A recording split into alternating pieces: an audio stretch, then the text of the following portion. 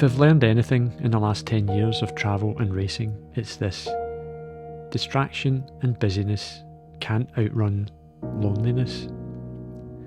The world might be filled with bustling cities and the constant hum of technology, but loneliness hides in plain sight, its struggle invisible to most. The truth is, loneliness is a silent battle that millions of people face each day, and it's a battle often not taken as seriously as it should be. A demanding career, a loving relationship, having kids or pets and hundreds of followers online doesn't guarantee immunity. Loneliness isn't just about being alone, it's about feeling isolated and disconnected in a world that never seems to stop. It's a silent scream for connection and a yearning for understanding and compassion. Loneliness doesn't discriminate, touching people of all ages, backgrounds and walks of life. Yet somehow loneliness is often underestimated and brushed aside. We live in a world that values productivity and constant connection, and we forget that loneliness is a universal human experience. It can be as debilitating as physical pain without leaving any visible scars. How many times have you heard or said the phrase, "You're not alone"? But have you ever taken the time to truly understand the weight of those words? Loneliness is more than just a fleeting emotion. It's a deep, pervasive sense of emptiness that can lead to dark places. The struggle against loneliness isn't a battle that can be won with mere well-intentioned advice to get out more or meet new people. It demands empathy, genuine connection, and a willingness to truly listen and understand. It calls for a society that takes the pain of loneliness seriously. So let's recognise that the battle against loneliness is real and it's a tangible struggle for many people. It's time to fight it with the compassion and understanding it deserves. Maybe you and I can bridge a gap, diminish the struggle, and create a world where loneliness is no longer a silent, ignored pain, but a shared burden we all help carry. Let's be more than just voices in the crowd. Let's be the hand that reaches out, the shoulder to lean on, and the friend who stays. Hey, how you doing? It's me.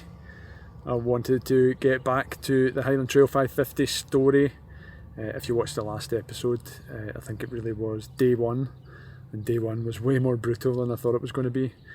So it was probably a bit more out of shape waking up on day two, but I did get a decent sleep, albeit it wasn't like a lay-in or anything, and we didn't get to sleep until maybe 2 o'clock in the morning, but wee bit of breakfast, wee bit of work, and packed up our stuff, and we were on the road again, and I was certainly hoping for a much smoother next couple of days. It's day two, moving again. At some points yesterday I just thought this thing was never going to come together, just with the dehydration.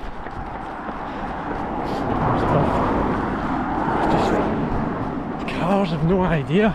So I think I've got about 50 miles to do today. Hopefully it won't take as long as yesterday, and hopefully it won't be 10 miles over.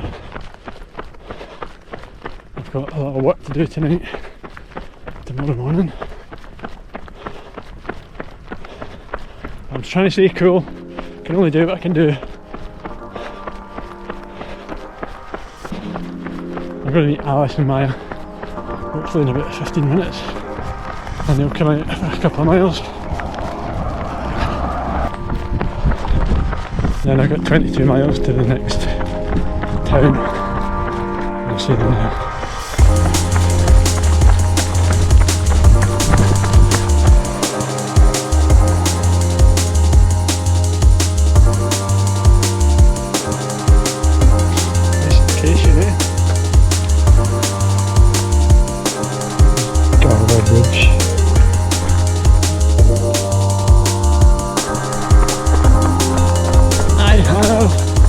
Yes. So out of nowhere again, Greg turned up. He did this to me way back when I did the end-to-end trail, and when he did that, he was in one of the most inaccessible places on the course, I think. I had no expectation that I would see anybody for quite a long time, and up popped Greg with a smile and some banter and some good chat to get me through what was quite a tough section then. So I was really chuffed to see him turn up. Yeah, I kind of saw a car going past and somebody was kind of looking at me, but I had no idea. And then I saw the car parked up, so we pretty much just ran for the next few hours in quite a nice area. I stuck my camera away for the most part, and we just chatted and passed the hours much more easily than they were the day before, so I was extremely grateful for that. Yes!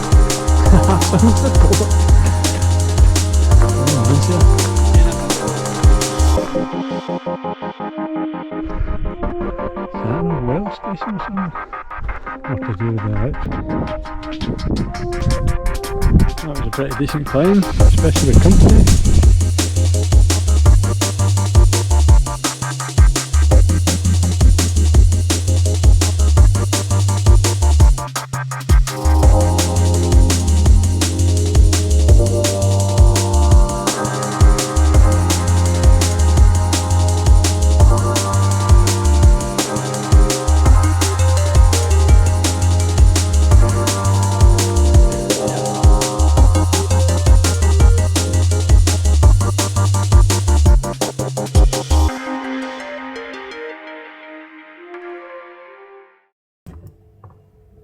Shall we talk about food?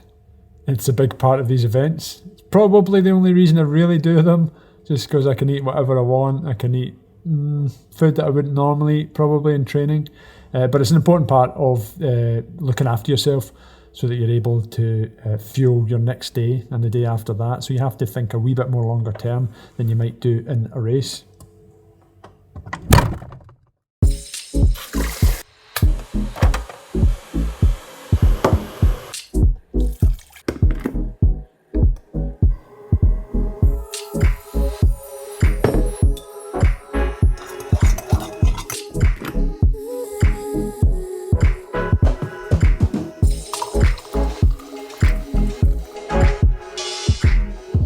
Frothy goodness.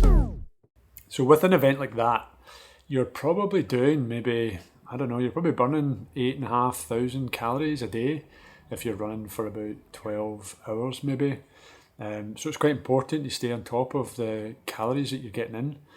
And you can be a wee bit more, well, I've found certainly it's worked for me, I can be a wee bit more lax on how healthy the food is, if you like, because you've got quite a lot to play with there, you've got quite a lot to get in, so sometimes it's appropriate to have stuff that's maybe a wee bit more carb rich, a wee bit more sugar based sometimes, so like sometimes you just feel like a can of Coke. I never drink Coke any other time, but sometimes when you're running like that, it's quite useful calories.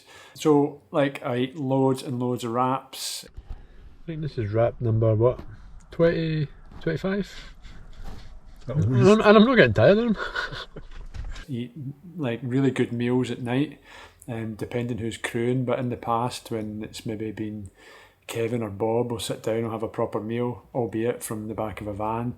Gav cooks every night, every time he's out. Alice cooks, or if we're maybe staying somewhere overnight, we'll sit down and have a meal. Oh, I had a bath. It was nice. I'm going to get some food now, then I'm going to work for few hours hopefully if I can stay awake. So kind of normal in that sense of things, like just have quite a lot of food at night, and then during the day it's like taking loads of wraps on and drink quite a lot obviously. Like I would normally just drink water all the time, but Gav introduced me to a whole new concept. It's called like diluting juice. I remember it from as a kid obviously, but I'm like, he's like, I think you should try it, maybe help you drink a wee bit more. I know, it's a revolution. I'm like, somebody's going to catch on to this. Have like a pre-mixed version, which obviously is just like a normal fruit juice or fizzy juice or something. So yeah, I did a bit of a laugh about that. But Gav was great. Just getting loads of stuff. Every time I saw him, I'd try and eat something solid. And then in between, when I'm seeing the crew, It might be a wee bit more like a race in that I would take gels and bars and stuff, but as much as possible I'm trying to make it kind of real food. How many gels do you want? I don't know, it depends where I'm going, but 4 anyway. 4. Just to make sure you've got no stomach issues overall. So help to maintain my energy levels throughout pretty much, just because I'm able to eat quite a lot. And I guess I probably trained my stomach or trained my gut that I can take on quite a lot and then just go run. It's me, just left Oiko Bridge for the second time. So I could have quite a decent lunch and I could go straight back out and just be running again. But that takes a bit of time to practice that, I think. So yeah, food is good, especially when you're running for 12 days in a row or whatever it is, 25 or 28 days in a row. So yeah, all good. Breakfast.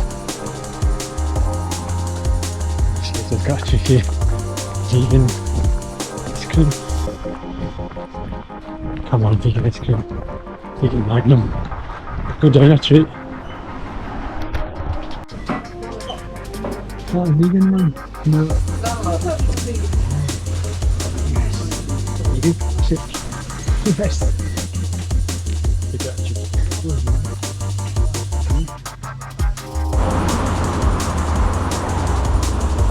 In Morriston. That is a pretty sweet place.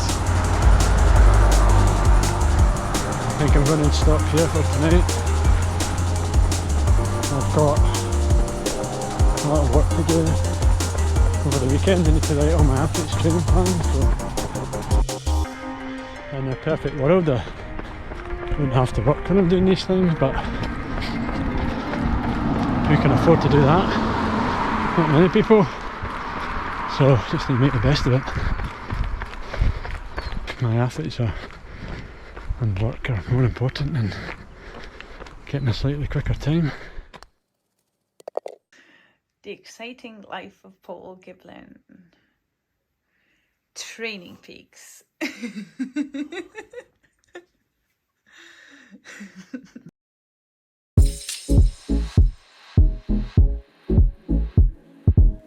Breakfast, decent sleep. Watch the bridge.